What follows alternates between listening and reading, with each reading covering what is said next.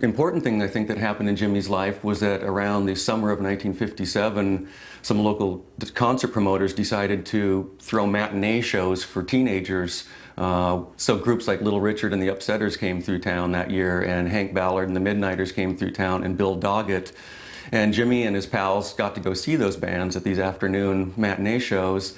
And you know, it's obvious that those bands influenced him. He was always, you know, playing Elvis Presley's songs with air guitar, you know. But we called it broom guitar because he would take the broom and he would practice and think that he was Elvis. And he would do Hound Dog and Heartbreak Hotel for me, you know. I used to go to sleep to those songs, you know, when I was a kid.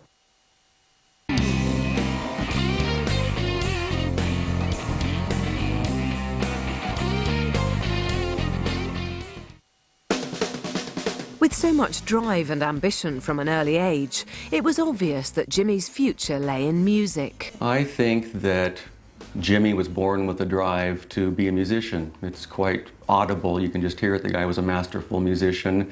His friends from the early days, from the 1950s here, say he was a guitar master by the age of 17. You can't say that about too many guitar players. He was driven. He was on a mission, you know, from a higher source where you've heard his lyrics before, you know. He talks about shit that, or stuff that we can't even comprehend right now, which is very true, you know, as we come to find out that in the future. In addition to Jimmy being a fan of some early rhythm and blues bands from Seattle when he was a teenager, he also had the direct influence of having crossed paths with a couple great guitar players here in town who were a generation or two older, and one of them was named Bud Brown. He was an African-American guitar player that played with the Dave Lewis Combo. Dave Lewis Combo was seriously and, you know, without a doubt, the top rhythm and blues band in town from like 1956 until 1961 or 62, somewhere in there.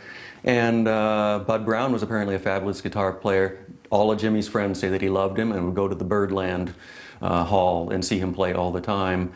The Birdland Hall is also where a local band called the Sharps played, and they had a guitar player who was named Butch Snipes, and he was the wild man in town. He was the guy who played guitar between his legs. He played it behind his back, behind his neck, upside down. He could play it with his teeth. Some of Jimmy's early friends say that that is definitely where Jimmy learned all those tricks, or many of those tricks, from this guy. Once Jimmy was good enough, he picked up his first electric guitar and started playing with local bands, enabling him to improve on his skills. I'm going to take the word for some of his guitar playing friends and bandmates like Pernell Alexander, who states unequivocally that they both got their first electric guitars after the summer of 1957.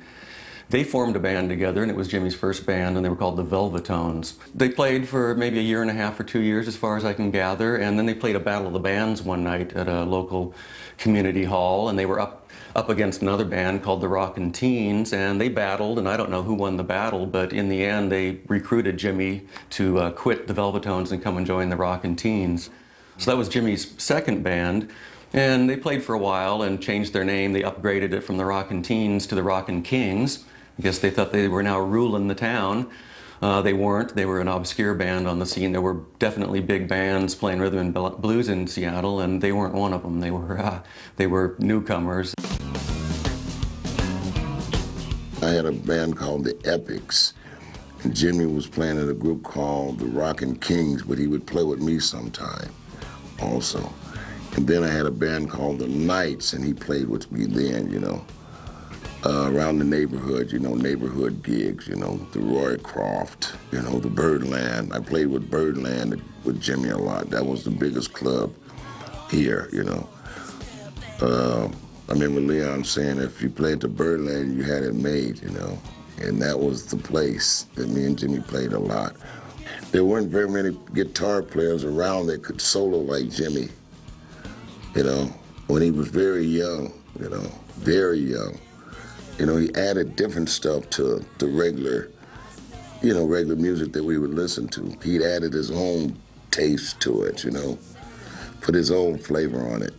Now we were somewhere playing together on stage, me and Jimmy, and I was thinking it was just so natural that, I mean, I didn't know he wasn't that great yet. He wasn't a star yet, but he was a star in the community. But I just enjoyed him like he was, you know, I always idolized him and I always admired Jimmy. And it was just like playing with a friend, another friend, you know. He was awesome, but I was honored to play with him, you know, but I didn't know he was going to be such a big star. Then Jimmy, his big step then was getting asked to join Thomas and his Tomcats, which was a band that was playing more, better, paying, and more prominent gigs. They played all over Washington State and even up into Vancouver, Canada, I think. And so those were his first three bands, and I think they pretty much played the same canon of songs. Jimmy began to be so good, but so unique that the band members didn't want him to practice with, but they would hire him on Friday and fire him on Sunday. Because every time Jimmy would practice with these guys, he'd be doing this, like, oh, I'm sorry, I heard this thing and I couldn't get it, but you guys were playing the rhythm and blues and I just wanted to do it anyway, and that's why they fired Jimmy. But they will always hire him on Friday because he was the best guitar player in Seattle at the time. And he played with Sammy Drain and Pernell Alexander and the Rockin' Kings, and there was only a few clubs here where you could play. But then there was one giant club that if you played there, that was all over for you in Seattle, and that was called Birdland. You know, it was the rhythm and blues capital of Seattle at the time. And once you played Birdland, there was nothing else. So the only option for Jimmy was to leave, because, you know, he was he had so much passion for the guitar and the music that, you know, he had to go on. Like, he would wake up in the morning and it'd be on his chest, and he would go to sleep playing it and wake up in the morning playing it, you know. We weren't proud at the time when Jimmy was playing in the band. You know why? Because my father, he only thought about working, you know. Jimmy was playing guitar. My dad said, oh, you're never gonna make it. Give it up. I'm not trying no strings. I'm not doing nothing. You need to work. Because my father came out of depression, you know, so like the work ethic was really strong with him. But Jimmy, he couldn't be stopped. You know, he had to leave Seattle, you know, to reach that goal.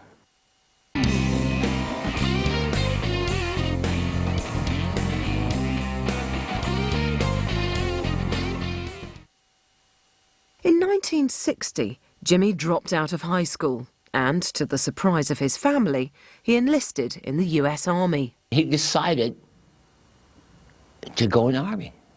You know, he decided to get away because Jimmy was like, he was a creative person. He wasn't into all this emotional sociology, you know, type stuff and how to, you know, he was on a mission to play music or search for the music. He shipped out and he went through basic training in California, and then he got shipped over to Tennessee, where he stayed in the military till I think July of 1962. So not more than 12 or 13 months he was in the military. Then he was discharged. He broke his leg on his last jump, and